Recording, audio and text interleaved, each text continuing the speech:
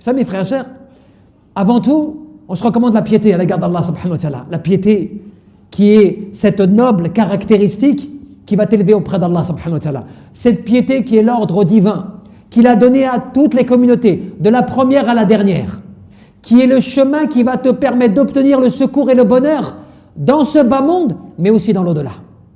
Mais aussi, je vous invite à écouter cette parole du prophète Mohammed alayhi salatu wassalam.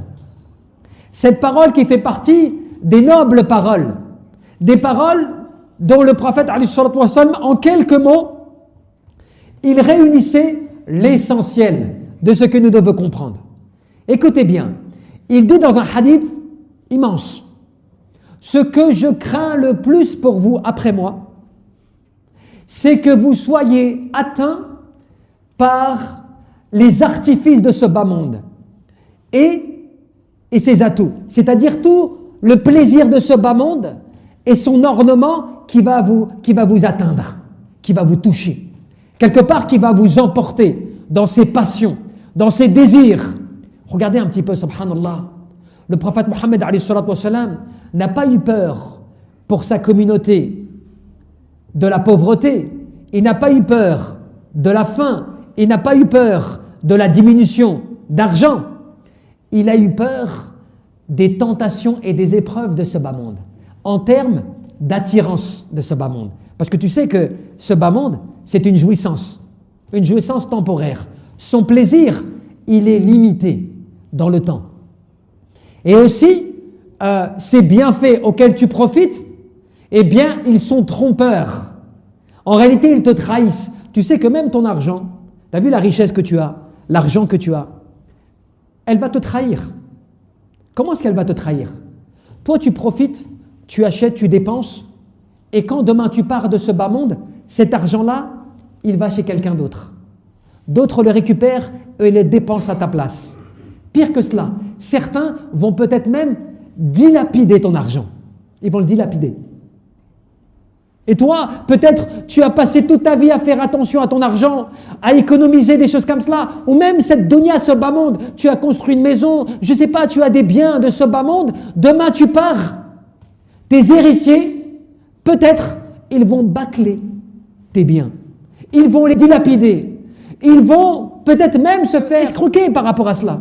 Sans que tu ne puisses intervenir, c'est fini pour toi, t'es parti. Quelque part, c'est comme une trahison de tes biens. Même pas ils sont fidèles avec toi. Même pas tu le prends avec toi. Même pas cela tu le prends avec toi dans ta tombe. Donc, cela est éphémère et trompeur. C'est pour cela, ibadallah, que l'adorateur d'Allah, subhanahu wa ta'ala, il doit faire attention. Et il doit veiller à regarder ses avantages par rapport à ce bas monde. Que cette dunya, ce bas monde, ne te fasse pas être d'une manière que tu vas regretter le jour de la résurrection. Même Allah a fait que ce bas monde est plaisant, c'est vrai, ad-dunya mata', c'est vrai ou pas? Ce bas monde est une jouissance éphémère qui est plaisante. L'être humain, il en profite. Mais, n'oublie pas une chose. Allah te dit dans un verset coranique, nous avons embelli, nous avons fait aimer aux gens l'amour des femmes, des biens, de la terre, de l'agriculture, de l'argent, de l'or, des chevaux racés, donc de qualité. Cela, tu peux le traduire par des montures ou bien même des moyens de transport. Donc Allah nous a fait aimer cela. Cela est ancré en nous, dans l'être humain. C'est naturel. Mais Allah te rappelle, mais cela n'est que la jouissance temporaire de ce bas monde. Mais ce qu'il y a auprès d'Allah est bien meilleur en récompense. C'est un choix. Abadallah, ad-dunya mata' za'ilun, c'est un bien qui fait plaisir, qui est plaisant, mais qui est temporaire. C'est pour cela que celui qui va s'attacher à ce bas monde, son cœur va s'attacher, il va courir à travers ce bas monde, il va espérer grandir dans ce bas monde, eh bien il va se perdre. Celui qui va rentrer en compétition avec les gens en essayant d'aller au plus riche, au plus connu, des choses comme cela, eh bien, il va s'égarer, il va se perdre d'une grande perte. Et celui en plus qui va compter sur ce bas monde, qui va miser sur ce bas monde et qui va penser à cela, Allah va retirer de son cœur l'intérêt pour l'au-delà. C'est une calamité cela. La calamité, c'est que Allah, il te met dans ton cœur al-ghafla, c'est-à-dire l'insouciance, la négligence par rapport à l'au-delà, par rapport à ce qu'il en est de l'au-delà. Tu sais, quand tu analyses, réfléchis un peu, vois un petit peu la situation autour de toi. Est-ce que tu as remarqué, tu as vu que la plupart des gens, lorsque leur cœur est corrompu, qu'ils sont perdus ou égarés, cela est dû à l'impact de ce bas monde dans leur cœur. Des fois, tu as de nos frères, de nos sœurs, certaines personnes, elles sont dans un gouffre, mais cela a dû à quoi? À leur attachement à ce bas monde. Tu vois qu'elles sont capables de commettre des actes qu'elles vont peut-être sûrement même regretter, mais tellement elles sont prises, tu vois, dans la ferveur de l'amour de ce bas monde, cela les perd et les égare. Combien de personnes sont préoccupées par ce bas monde au point d'oublier l'au-delà, d'oublier que demain ils peuvent partir du jour au lendemain. Cela ils l'oublient. Combien de personnes, même des familles, sont rentrées en guerre, sont rentrées dans l'animosité, sont rentrées dans des conflits, dans des relations conflictuelles énormes à cause de quoi? À cause de ce bas monde. Problème d'héritage, problème d'argent, problème de ceci, problème de cela, tout le temps par rapport à ce qu'il y a à ce bas monde qui pervertit les cœurs. C'est pour cela qu'il faut que tu comprennes, et quand tu analyses même les propos du prophète Mohammed, tu verras qu'il est en train de te dire que ce bas monde, cette dunya, doit être entre tes mains. Tu dois la maîtriser dans tes mains. Elle ne doit pas s'introduire dans ton cœur. Lorsque cette dunya pénètre ton cœur, lorsque cette dunya possède ton cœur, eh bien c'est là le début de la perte. C'est là le début de l'égarement et de la perte qui peut te faire même peut-être partir de ce bas monde dans cette situation. Alors que si cette dunya, tu la maîtrises entre tes mains et elle ne rentre pas dans ton cœur, alhamdulillah, tu as tout gagné. C'est là que tu gagnes. C'est là que tu vas remporter justement la bonne chose de ce bas monde. Utilise ad-dunya, ce bas monde, comme un moyen, comme une ascenseur qui t'amène à l'au-delà. Ce n'est pas pareil. Tes enfants, tes biens, tout cela. Ce n'est que l'ornement, c'est la décoration, c'est la vitrine. Mais al-baqiyatu salihat, ce sont les œuvres qui vont perdurer auprès d'Allah et qui auront un excellent retour. Regarde un petit peu ce que te disaient beaucoup de sages. Ad-dunya, ce bas monde, tout entier, du début à la fin, il est à l'exemple d'un homme. Et la karajulin, comme un homme, nama naumah, qui est en sommeil. Ce bas monde, il est à l'exemple d'un homme qui est en sommeil. Dans ton sommeil, dans ses rêves, fara'a fi manamihi, dans ses rêves, il voit des choses qu'il aime, des choses qui lui sont agréables. Combien de personnes, des fois même des jeunes, rigolent sur cela? Ils disent, moi j'ai vu en rêve que j'avais ceci, que j'avais cela. Oh, j'ai fait un rêve magnifique où je me suis vu comme ceci, comme cela. Donc des choses que tu vois qui te plaisent. Eh bien cela est à l'image de ce bas monde. Mais ensuite, tu te réveilles soudainement. Comme cela, tu te réveilles. Beaucoup de gens, des fois, ils trouvent le bonheur dans leurs rêves. Parce que dans leurs rêves, ils voient des choses qu'ils n'auront jamais dans leur vie. Et ils sont contents parfois. Ils te disent, j'ai vu un rêve, j'ai vu des choses dans mon rêve, je me suis vu comme ceci, comme cela. Ils sont heureux. Eh bien, c'est quelque part la même chose pour nous, mais par rapport à dunya. C'est-à-dire que nous sommes dans cette dunya et nous sommes comme dans un rêve. Et cela nous plaît, et cela nous plaît, et cela nous plaît. Mais le jour où tu te réveilles soudainement, bakhta, de manière soudaine, c'est lorsque tu es dans ta tombe. Lorsque la personne, elle rentre dans sa tombe, eh bien, c'est un réveil soudain. Alors tu as des personnes, et ils ont eu du temps, tu sais, pour se réveiller. Ils ont été atteints par plein de choses, des maladies, des choses comme cela, et puis ça a duré longtemps. Ils se sont rappelés, ils sont revenus, alhamdulillah, bit-tawbah, avec un repentir sincère, une sincérité dans leurs actes et paroles. Alhamdulillah, Allah leur a facilité. Mais combien de personnes, le matin, elles sont dans leur bonheur mondain, et le soir, elles sont dans leur tombe. On va penser à notre frère, Abu Bakr, tu sais, à notre frère, ce qui lui est arrivé. Et encore, alhamdulillah, Allah lui a facilité sûrement. Parce que nous, on voit les apparences. On n'a pas le monde de l'invisible derrière nous. On ne sait pas ce qu'il en est. Mais on s'arrête aux signes. On s'arrête aux choses que l'on voit de nos yeux. Qu'est-ce que l'on voit? Un homme qui était croyant, qui avait une bonne réputation, dont les gens le connaissaient comme quelqu'un de bon, de respectueux, qui fréquentait la mosquée, qui aidait à la mosquée, qui vient un vendredi, tôt le matin, subhanallah, parmi ceux qui, comme tu le sais dans le hadith, eh bien il est équivalent à celui qui vient tôt le matin, à l'équivalent à celui qui fait comme aumône, en sadaqa, comme s'il avait fait l'aumône d'un chameau. Et après celui qui vient plus tard, une vache. Et celui qui vient plus tard, un bélier. Et celui qui vient plus tard, un coq. Et celui qui vient encore plus tard, un œuf. Lui a fait partie de ceux, wallahu a'lam, qui donnaient en aumône un chameau. Et en plus, après, il a son intention sincère de vouloir faire apprendre la religion. Et ensuite, c'est dans un acte honorable qu'il a été pris comme cela, à dépourvu. Comment? Il a fait sujud en prosternation. Et Allah Jalla fi'ala te dit dans le Coran, wa kul min as-sajidin. Et sois parmi ceux qui se prosternent. Parce que tu sais, as-sujud, c'est le moment où tu es le plus proche d'Allah subhanahu wa ta'ala. Donc nous, quand on voit cela, nous les vivants, qu'est-ce que l'on se dit? Wallahu a'lam, husn al-khatimah, parmi la bonne fin. Innama al-a'mal bi khawatimiha, parce que les œuvres dépendent de leur finalité. Et le prophète Mohammed alayhi salatu wa sallam te disait, l'adorateur, il sera ressuscité, ce sur quoi il est mort.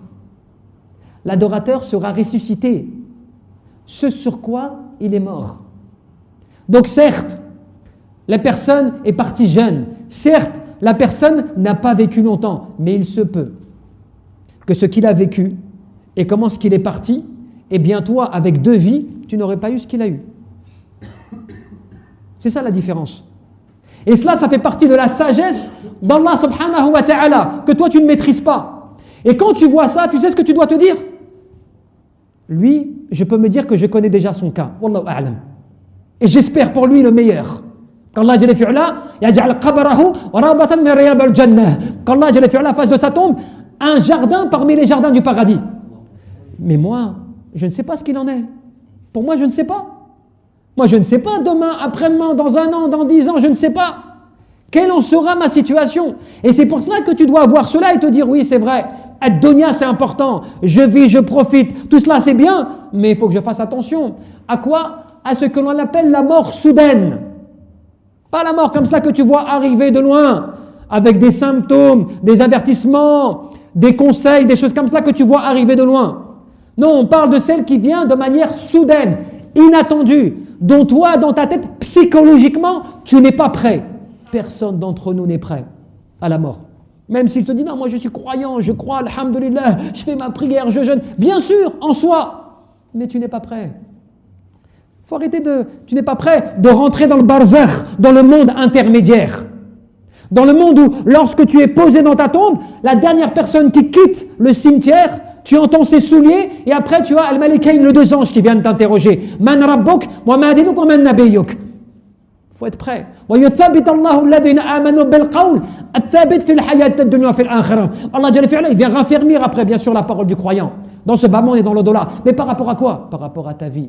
Mais aussi, une petite leçon importante, ce n'est pas parce qu'une personne part dans une mauvaise situation que forcément c'est mauvais pour lui.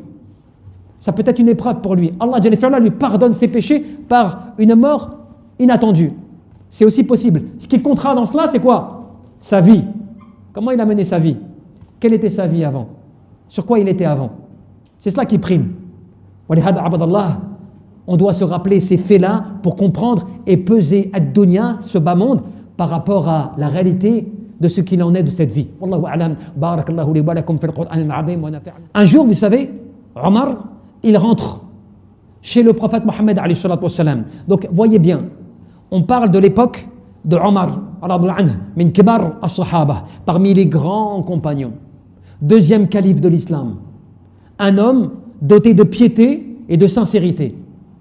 Il rentre chez le prophète Mohammed alayhi salatu wa salam et il le voit, il est allongé sur une nappe. Tu vois, une nappe tressée comme cela, à même le sol. Ce ne sont pas les sajadas que tu connais d'aujourd'hui, avec 5 cm d'épaisseur, où tu as l'impression que tu te prosternes sur un matelas. Là, c'était à l'époque. Donc quelque chose de rigide, de sec. Il le voit allongé sur cela, et il voit que cette nappe-là lui laisse des traces sur le corps. Et il se met à pleurer. Omar, voyant cette situation, il se met à pleurer. Cela, c'est l'effet de la foi. Al-iman billah jalla fi'ula fil qalb. Quand la foi elle est dans le cœur, elle est vivante. Quand ton cœur il est vivant, quand ton cœur il est affecté, tu sais, par les sentiments de la saveur de la foi, eh bien, il réagit comme cela rapidement. Il est éveillé. Le cœur, il a comme un furqan, tu vois, un discernement. Il voit tout de suite les choses. Et donc, il voit cette situation, il se met à pleurer. Et le prophète Mohammed, lui-même qui était le prophète, il voit Omar pleurer. Il ne se dit pas, il pleure parce qu'il me voit dans cette situation. Il voit que moi, je suis dans le strict minimum. Comme nous, on se plaindrait. Toi, quelqu'un vient te voir et te dit, mais tu vis comme cela. Tu dors sur cela. Toi, tu vas tout de suite dire, oui, mais tu as vu, j'ai pas les moyens, j'ai pas l'argent, j'ai pas ceci, j'ai pas cela. Tu vois, le prophète Mohammed ne réagit pas comme cela. Il interroge Omar, pourquoi tu pleures, Omar? Pour dire quelque part, je ne comprends pas pourquoi tu pleures. Quel est ton problème? Qu'est-ce qui te fait pleurer comme cela en venant ici? Et Omar, qu'est-ce qu'il dit? Il dit, je vois Shoukhouès, qui était le roi de Perse, et je vois César, et comment est-ce qu'ils vivent avec leur richesse mondaine. Et toi, je te vois l'envoyé d'Allah dans cette situation, c'est-à-dire à même le sol, sur une nappe qui te laisse des traces. Tu es l'envoyé d'Allah. Mais ça nous permet à nous de comprendre que même les grands hommes pouvaient des fois ne pas capter en fait la subtilité. Parce que lui, il a fait un rapport, il a fait un qiyas, un raisonnement par analogie. Il s'est dit, il y a des gens qui ne croient pas, il y a des gens qui n'ont pas accepté le message, et ils sont riches dans des palais, mais Allah les a élevés. Et toi, tu es Khatam al-Nabiyyin, le dernier des prophètes, l'envoyé d'Allah était dans cette situation de pauvreté et limitée. Je ne comprends pas. Et le prophète, qu'est-ce qu'il lui dit? Est-ce que tu acceptes que pour eux, il y ait ce bas monde et pour nous, l'au-delà? Donc déjà, il replace les choses. Qu'est-ce que tu choisis? Est-ce que tu n'es pas d'accord avec cela? Est-ce que tu ne veux pas plutôt leur laisser ce bas monde? Et à nous, eh bien, l'au-delà, avec sa récompense, ses délices, ses plaisirs et tout ce qu'il y a auprès d'Allah subhanahu wa ta'ala. Wa fil akhirati adabun shadidun wa maghfiratun min Allah wa ridwanun wa mal hayat ad-dunya illa mata'ul ghurur. Dans l'au-delà, il y a un châtiment douloureux, mais il y a aussi une miséricorde et un grand pardon de la part d'Allah jalla fi'ula. Et ce bas monde n'est qu'une demeure éphémère et trompeuse. Et ensuite, qu'est-ce qu'il lui dit? Ensuite, après, il transporte la réalité des faits, de comment ce que lui se considère, c'est-à-dire Khatam al-Nabiyyin, le dernier des prophètes, Al-Mustafa, l'élu, comment ce que lui se considère dans ce bas monde. Et il dit quoi? Il dit, mais qu'est-ce que ce bas monde pour moi? Comment suis-je moi dans ce bas monde? Que suis-je moi dans ce bas monde? Mais je ne suis que comme un cavalier qui est sur sa monture et qui à un moment s'arrête sous l'ombre d'un arbre afin de se reposer. Et après s'être reposé, il se lève et il continue son chemin. Soit dans ce bas monde comme un simple passant, un simple voyageur. Et Abdullah ibn Umar, qui était le fils de Omar ibn Khattab, qu'est-ce qu'il disait lorsqu'il entendait cette parole? Qu'il répétait souvent. Il disait, cela veut dire que lorsque tu es au matin, n'attends pas le soir. Lorsque tu es au soir, n'attends pas le matin. Fais de ta bonne santé ta maladie et de ta vie ta mort. Et bien là, quand tu fais un rapport avec ce que l'on a raconté, et concernant notre frère aussi, et ainsi de suite, et bien là, tu comprends. Oui, au matin, n'attends pas d'arriver au soir pour faire ce que tu as à faire. Quand tu es au soir, te dis pas, c'est bon, j'ai le temps, on verra demain. Tu vois? Te dis pas cela. Tu es en bonne santé, considère que demain, tu peux tomber malade. Aujourd'hui, tu es vivant, considère que ce soir, peut-être tu es dans la tombe. Ça veut dire ça, le hadith. Et là, ça veut dire quoi, cela? Ça veut dire, je fais attention.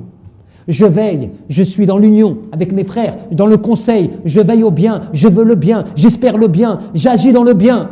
Mais je ne me laisse pas tromper par ce bas monde, ya ibadallah. Ne sois pas trompé par ce bas monde, par les artifices de ce bas monde.